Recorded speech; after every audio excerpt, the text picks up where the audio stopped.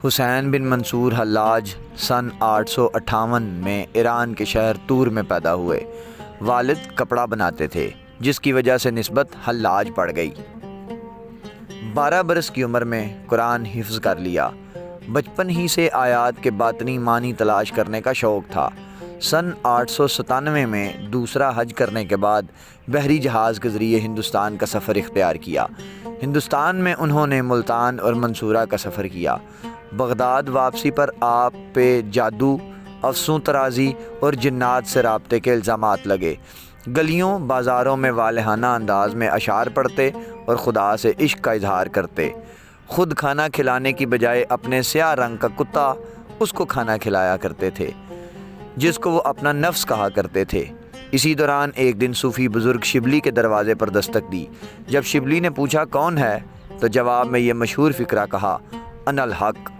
سن 913 میں گرفتار کر لیا گیا اور 9 برس تک نظر بند رکھا گیا۔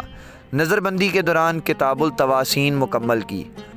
آخر بارسوخ وزیر حامد العباس کی ایما پہ مقدمہ چلایا گیا اور قاضی ابو عمر ابن یوسف نے حکم نامہ جاری کر دیا کہ تمہارا خون بہانا جائز ہے۔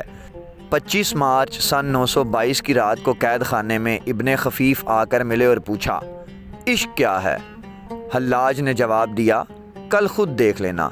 26 مارچ 922 میں تذکرۃ الاولیاء میں مرقوم ہے کہ جس وقت حضرت حسین بن منصور حلاج کی سنگساری شروع ہوئی تو آپ کی زبان پر یہ کلمات تھے کہ یکتا کی دوستی بھی یکتا کر دیتی ہے۔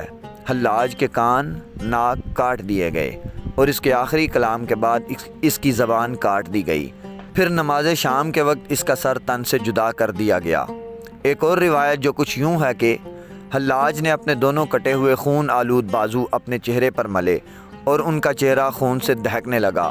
جب ان سے پوچھا گیا کہ آپ ایسا کیوں کر رہے ہو، تو کہنے لگے، میرا جسم کا بہت خون بہہ چکا ہے جس سے میرا چہرہ زرد پڑ گیا ہوگا۔ میں نے اپنے چہرے کو سرخ اس لیے کیا تاکہ لوگ یہ نہ سمجھیں کہ میرا چہرہ کسی ڈر یا خوف سے پیلا پڑ گیا ہے۔ پھر لوگوں نے سوال کیا، آپ نے چہرہ تو سرخ کر لیا مگر اپنی کلائیوں کو خون سے تر کیوں کیا؟ جواب دیا کہ وضو کے لیے عشق میں 2 رکعت کی نماز ہے جس کا وضو صرف خون ہی سے ہوتا ہے۔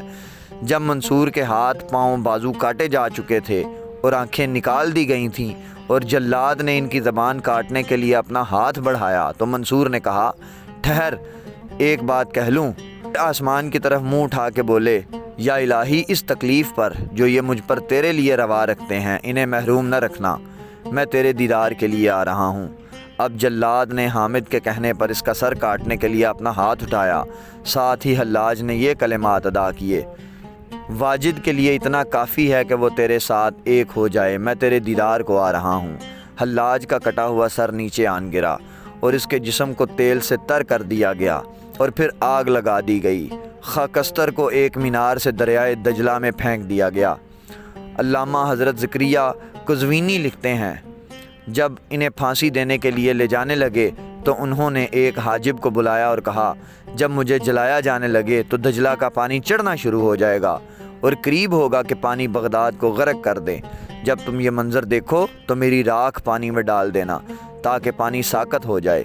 جب انہیں پھانسی دی گئی اور جلایا گیا تو دجلہ میں طغیانی آ گئی، حتیٰ کہ خطرہ پیدا ہو گیا کہ بغداد غرق ہو جائے گا۔ تو خلیفہ نے کہا، کیا تمہیں پتہ ہے کہ منصور حلاج نے اس بارے میں کچھ کہا تھا؟ حاجب نے کہا، ہاں، اس نے اس طرح کہا تھا۔ تب اس نے حکم دیا، جیسا اس نے کہا تھا ویسا ہی کرو۔ پھر انہوں نے راکھ پانی میں پھینک دی۔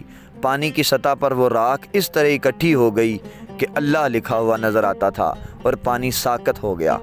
کہتے ہیں کہ موت سے پہلے منصور حلاج نے کہا، اے رب، اگر تو ان لوگوں کو بھی وہی کچھ دکھا دیتا جو میں دیکھ رہا ہوں تو یہ مجھے کبھی سزا نہ دیتے، اور اگر مجھ سے وہ چیز چھپا لیتا جو ان سے چھپا رکھی ہے تو میں کبھی انا الحق کا نعرہ نہ لگاتا۔